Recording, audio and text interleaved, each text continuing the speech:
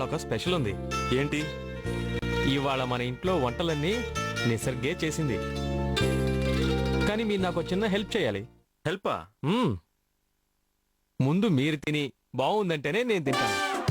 ఏమండి, ఇది చాలా ఓవర్గా లేదు? Okay okay okay. నిసర్గా, నీకో విషయం తెలుసా? భోజనం దగ్గర నేను ఎలాంటి వంకలో పెట్టను. ఎలా ఉన్నా సరే తినేస్తాను. మా మీనాక్షి అలా కాదు.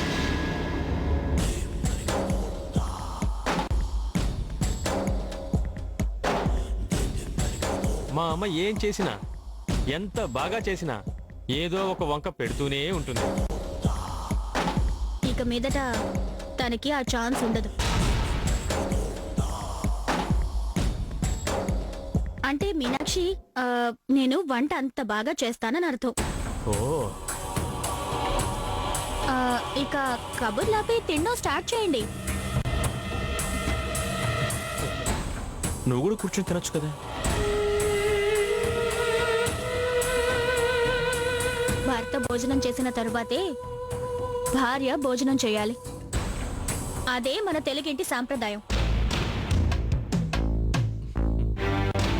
ఇప్పటికీ సిటీల్లో ఆ సాంప్రదాయాన్ని పాటిస్తున్నారు. కానీ సాంప్రదాయానికి పుట్టిల్లైన పల్లెటూర్లలో ఆ సాంప్రదాయాన్ని పాటించకపోవడం విడ్డూరంగా ఉంది.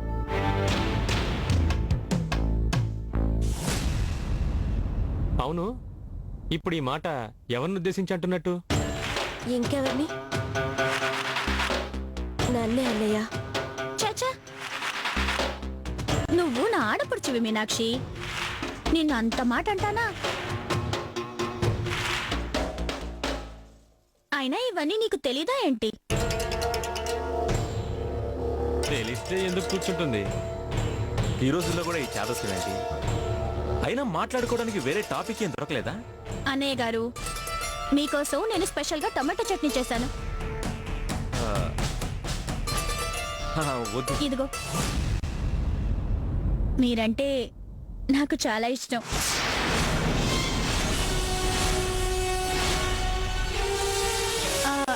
అంటే మీరు ఇంటి అల్లుడు కదా.